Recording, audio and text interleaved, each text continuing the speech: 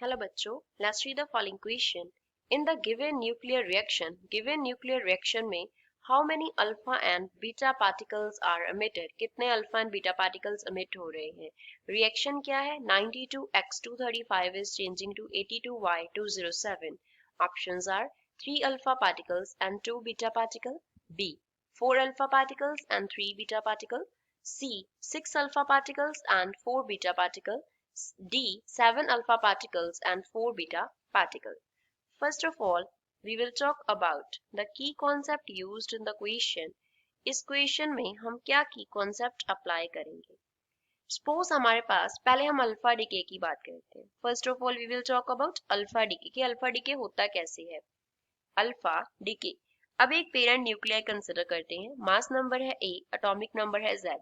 इससे alpha decay जब होगा तो क्या रिलीज होगा? हीलियम न्यूक्लियस रिलीज होगा.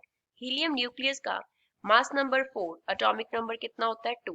तो जो रिजल्टिंग न्यूक्लियाई बनेगा उसका मास नंबर 4 डिक्रीज हो जाएगा एंड एटॉमिक नंबर कितना डिक्रीज हो जाएगा? बाय 2 डिक्रीज होगा. अब बीटा डिके क्या होता है? बीटा डिके में अगेन हम सेम पेरेंट न्यूक्लियाई कंसिडर कर लेते हैं. AZX changes to beta decay हुआ तो इलेक्ट्रॉन इमिट होगा.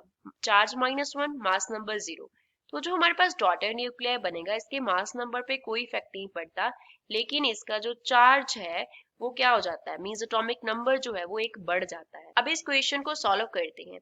क्वेश्चन में रिएक्शन है X 92 235 चेंजेस टू Y 207 82. अब यहाँ पे जो मास नंबर का चेंज हो रहा है वो जस्ट अल्फा डिके की वजह से होगा. बीटा डिके में तो मास नंबर चेंज नहीं होगा. तो अल्फा डिके में मास नंबर कितना चेंज होता है? 4 चेंज होता है. तो 1 अल्फा डिके होगा, 1 अल्फा डिके होगा तो mass number will change by mass number will change bye 4. 4 से क्या कर जाएगा? मास नंबर डिक्रीज कर जाएगा. यहाँ पे टोटल जो डिक्रीज हो रहा है वो कितना हो रहा है? 235 minus 207 decrease in mass number. Mass number में डिक्रीज हुआ कितना?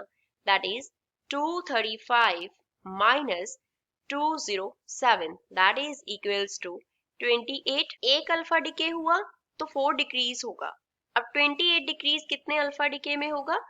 Number of alpha decay. कितने अल्फा डिके में 28 डिक्रीज होगा?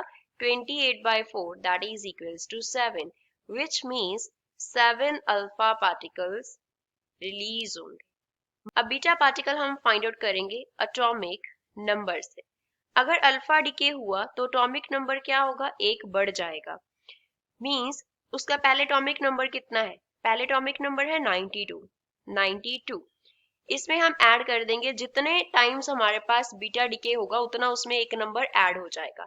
NB रिप्रेजेंट करता है नंबर ऑफ बीटा डिके को. नंबर ऑफ बीटा डिके, जितना बीटा डिके होगा उतना 1 उसमें ऐड होता जाएगा. माइनस अल्फा डिके होता है तो 2 कम हो जाता है. कितने अल्फा डिके हो रहे हैं? 7 अल्फा डिके हो रहे हैं. तो 7 into 2 टाइम्स नंबर कम होगा. इन सब का जो हमारे पास टोटल बनेगा दैट विल बी 82. कितना है बाय का एटॉमिक नंबर? 82 है. तो इसको सॉल्व कर लेते हैं हम. 92 माइनस 14 माइनस कर देंगे 82 that is equals to minus n beta. तो यहाँ से n beta with negative sign किसके इक्वल आ जाएगा? -4 के.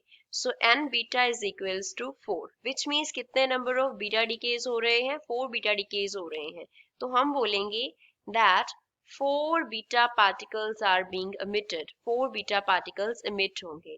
तो इस क्वेश्चन का फाइनल आंसर क्या हो गया? 7 alpha particle and 4 beta particle. So D is the correct answer for the given question. I hope you understood it well. Thanks.